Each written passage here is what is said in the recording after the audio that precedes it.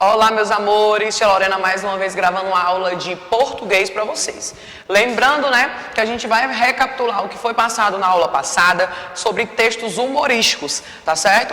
A atividade de casa foi a página 10 e a página 11. A tia Lorena vai estar recapitulando, porque vocês viram que era para pegar uma piada, que a família soubesse para poder repassar. Então eu achei super legal, porque tem aí a interação de vocês com a família de vocês. Então a tia Lorena vai estar aqui explicando a página 10 e a página 11, que foi de casa, e vai dar continuidade hoje na página 12 até a página 14. Lembrando que hoje a gente vai ver frase e oração, sujeito e predicado, ok? Vamos lá?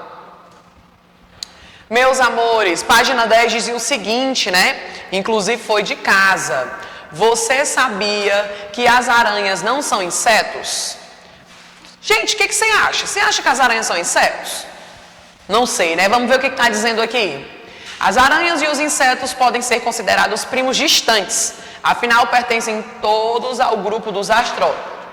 As centopeias também fazem parte do grupo dos artrópodes, mas tampouco são insetos, ou seja, não são insetos, certo?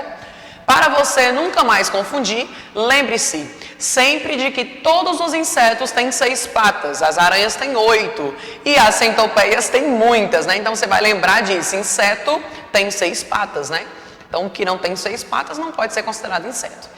Gente, vale a pena conhecer. O livro está trazendo essa leitura divertida para vocês, que diz assim o título, Proibido para Maiores. Por quê? Porque é uma maneira diferente de contar piada para crianças. E é um livro bastante interessante, o autor Paulo Tadeu, editora Matrix. Gente, é maravilhoso. Quem tiver a oportunidade de corrigir, de ler, e veja que tem disponível na internet. É um livro de piadas. Página 11 dizia o seguinte: as charadas ou adivinhas também nos fazem rir, mas não contam uma pequena história. Elas brincam com o sentido de palavras e desafiam quem as ouve. Leia este exemplo. Tem o seguinte: por que o menino colocou o despertador embaixo da cama? Essa daqui é velha, Vocês até já sabem. Para acordar em cima da hora, Ler uma piada ou um adivinho é divertido, mas ouvir alguém contar pode ser muito mais, pois outros elementos, além de história, colaboram para deixá-las engraçadas. A voz, o ritmo, os gestos e as expressões faciais. Preste atenção no encaminhamento do professor e desenvolva o que ele solicitar. Eu falei isso na aula anterior, o que você ia fazer. Fazendo a piada circular. Peça a alguém de sua família que ele conte uma piada. Em seguida, registre no espaço abaixo. Lembrando, quando você vai registrar, você não pode aumentar nada. Você vai registrar exatamente da forma que a pessoa contou. Só que é legal que quando você escuta, você entende de uma outra forma. E você acaba colocando aí a forma que você entendeu. Tá certo? Na próxima aula, você e seus colegas, se a gente pudesse, com certeza a gente ia fazer uma roda de piada, todo mundo contando. Irão contar a piada como aprender. Então, vocês vão colocar nesse espaço aqui, eu acho que todo mundo já fez.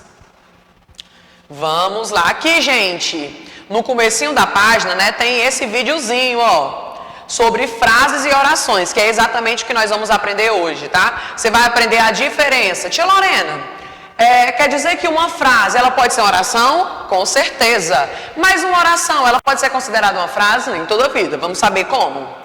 Então tem esse RA lá no comecinho que é um vídeo. Frase e oração. Leia a piada a seguir. A mãe pergunta: filho, o que você está estudando? Geografia, mamãe. Então me diga, onde fica a Inglaterra? Na página 83. O que é que você viu aqui, gente? A pergunta da mãe, ela queria saber, no caso, aonde ficava a Inglaterra e não qual era a página, Então aí tem um pouquinho humorístico, Aí tem o seguinte: a piada que lemos é composta de várias frases. Uma frase é um enunciado de sentido completo, independente da quantidade ou da categoria de palavras que acompanham. Observe os exemplos a seguir. Geografia, mamãe. No exemplo acima, temos uma frase declarativa. Por que declarativa? Porque eu estou declarando o que é. Geografia, olha a vírgula. Geografia, mamãe. Isso ela contém apenas uma informação. Neste caso, a frase está sem verbo. Se você observar, é uma frase, mas não tem verbo. Opa, tia Lorena, qual é a diferença? Lembra que eu disse que hoje eu ia falar sobre frase e oração? Então, para ser oração, precisa de um verbo. Opa, vou voltar para cá. Geografia, mamãe, é uma frase? Sim. É uma oração? Não. Vamos ver por quê. Olha a outra. filho, o que você está estudando? Nessa segunda frase, a frase é interrogativa. Por que interrogativa? Porque está perguntando. Isto é, tem uma pergunta. Neste caso, a frase tem um verbo. Qual é o verbo? Estudando. Certo? Então, aqui é uma frase com verbo. A diferença é essa. Vamos subir. Aqui eu tenho os meninozinhos estudando. Página 13. A frase que contém verbo chama-se oração. Pegaram o que eu falei? Tia Lorena, uma oração pode ser uma frase? Sim. Mas uma frase, ela pode ser uma oração? Ela também pode. Como? Se ela tiver verbo. Para ser oração, precisa ter verbo. Ok? Pode até anotar aí. A frase que não contém verbo chama-se frase nominal, porque ela está dando um nome a alguém. Frase nominal não tem verbo. Ok? E aqui, tia Lorena, contém... Tem até aqui em cima, né? Contém verbo. Não esqueça disso. Frase nominal, não tem verbo. Oração, tem verbo. A diferença é essa. Leia os exemplos a seguir, vamos ver. Cuidado, que dia lindo. Geografia, mamãe. Isso aqui, nenhuma das três frases tem verbo. Então, é frase nominal. Show de bola. Algumas frases contêm mais de uma oração, pois tem mais de um verbo. Como sentido completo. Observe o exemplo. Então me diga, onde fica a Inglaterra? Opa, vamos lá de novo. Então me diga, é uma frase imperativa, porque está dando uma ordem. Então me diga, onde fica a Inglaterra? Que frase é essa? Interrogativa. Eu tenho duas orações, certo? Isto é, contém uma ordem e uma pergunta. Neste exemplo, a frase tem dois verbos. Se você observar aí, né, ela tem apenas um sentido, porque ela está fazendo a pergunta para a mesma pessoa. Então me diga, onde fica a Inglaterra? Verificando de novo. Então me diga, é uma frase imperativa, porque está indicando o quê? Ordem. Onde fica a Inglaterra? Interrogativa, porque eu estou perguntando. Se a frase tem dois verbos produzindo um único sentido, há apenas uma oração. Independente que tenha dois verbos, é uma única oração, ok? Leia os exemplos a seguir. Tenho pensado em nossos avós. Se você vê o que está em negrito, são dois verbos, porém, uma só oração. Repetindo de novo. Quando a oração tiver dois verbos que tenham o mesmo sentido, tenho pensado em nossos avós. Estou pensando nos avós. Existe apenas uma oração. Estou sentindo frio, está aqui dois verbos também. Frase, olha o que é frase. Enunciado do sentido completo, né? E oração, enunciado do sentido completo que contém verbo. Diferença de novo, tia Lorena, frase, né? Como é que se chama a frase que não tem verbo? Como é? Ouvi aí em casa, frase nominal. E a frase que contém verbo, oração. Gente, deixa eu abrir aqui novamente para ver se dá certo aqui. Vamos ver agora, pronto. Agora nós vamos, né, dar aí uma explicação no sujeito e no predicado, que é exatamente o que vocês vão fazer, tá? Sujeito, quem pratica ação. Predicado, ação praticada. Tia Lorena, não estou entendendo muito bem. Eu vou estar explicando e você vai pegando exatamente o que eu estou falando. Vamos lá. A seguir, conheça mais uma piada. Uma senhora observava com atenção o trabalho de um carpinteiro. Ele segurava uma tábua com a mão esquerda, o martelo com a mão direita e os pregos com a boca. Cuidado, o senhor pode engolir os pregos sem querer. Ele olhou para ela e disse: não se preocupe, senhora, eu tenho outros. Gente, aqui, né, nesse texto humorístico, ele estava preocupado se ele ia engolir? Não, ele estava preocupado, né, em dizer que tinha outros pregos. Então, tanto faz ele engolir ou não. E a senhora estava preocupada se ele engolisse. Deixa aqui carregar um pouquinho. Enquanto isso, deixa eu explicar para vocês. Nessa primeira parte, eu quero que você entenda, né, que eu tenho várias frases. Aí a gente vai ver o que é oração, o que não é.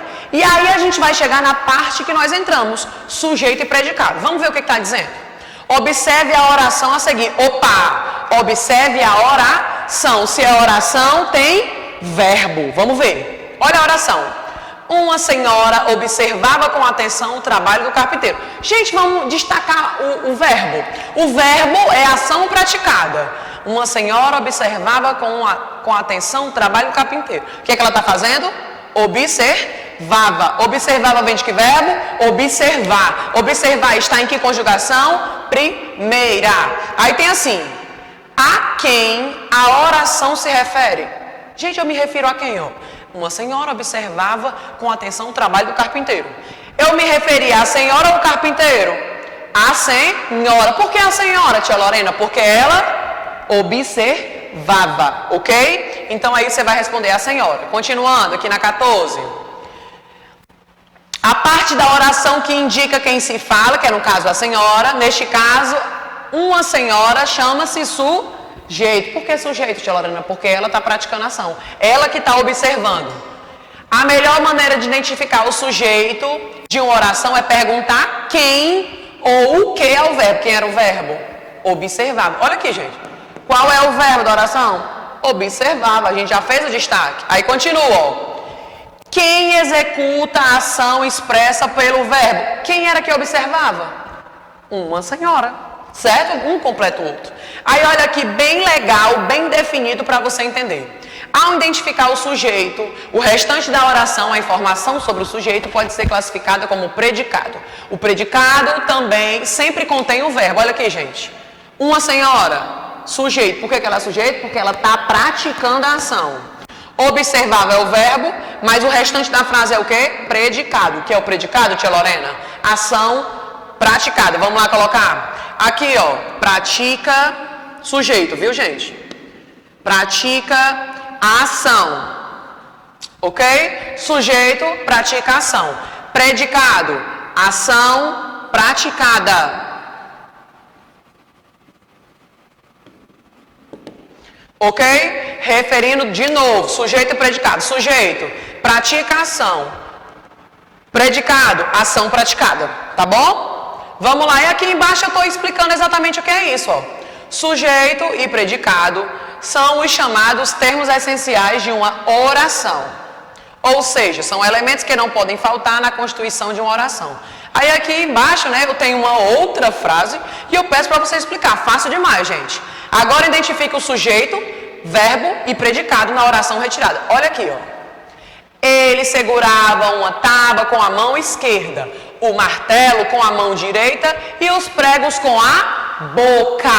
Repetindo de novo. Ele segurava uma tábua com a mão esquerda, o martelo com a mão direita e os pregos com a boca. Quem é o sujeito, gente? O sujeito é quem pratica a ação. Quem é que está praticando a ação? Ele. Tá vendo? Que não necessariamente precisa ter o nome de uma pessoa. Ele. Aí ele pergunta, quem é o verbo? Vamos descer. Quem é o verbo? Segurava. E quem é o predicado? Uma tábua com a mão esquerda, o martelo com a mão direita e os pregos com a boca. Fácil demais? Facílimo, é só isso que você vai fazer. Gente, por hoje, nossa aula de português, né? Ela se encerra. Eu espero que você tenha conseguido perceber a diferença do sujeito e do predicado. Se tiver dúvida, você sabe onde me encontrar. E a tia Lorena está aqui para ajudar, tá bom? Beijão e até a próxima aula.